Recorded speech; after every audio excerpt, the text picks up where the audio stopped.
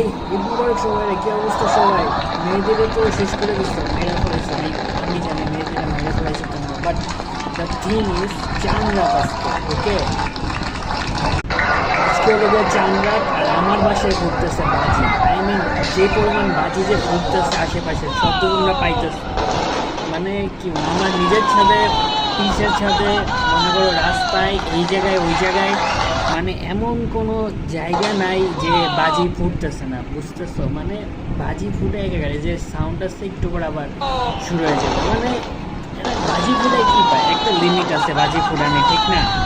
বাজি ফুটানোর একটা টাইম আছে বাজি ফুটানোর, মানে হয় রাত্রে 10টা পর্যন্ত ফুটাও, 12টা পর্যন্ত ফুটাও, বাট দ্য থিং ইজ এত রাত পর্যন্ত কে ফুটায় ভাই? কালকে তো অনেকের কাজকর্ম থাকতে পারে, ঠিক না? আই মিন কালকে ঈদের নামাজ পড়তে হবে, রোজা রেখা ভাই, কারা এত এনার্জি পায়? মানে যারা এই জন্য ফুটাইতেছে না, ওদের কি দরকার?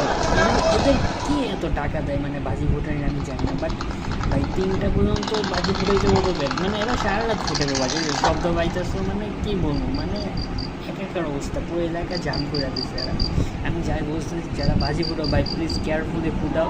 10টা পর্যন্ত ফুটাও, 12টা পর্যন্ত ফুটাও, বাট একটা লিমিট দিয়ে ফুটাও। 3টে 4টে পর্যন্ত ফুটানোর কোনো মানি হয় না। তোমার এই ফুটানিতে ঈদের কী হলো, মানে কী প্রকাশ করতে হয়েছে সামনে?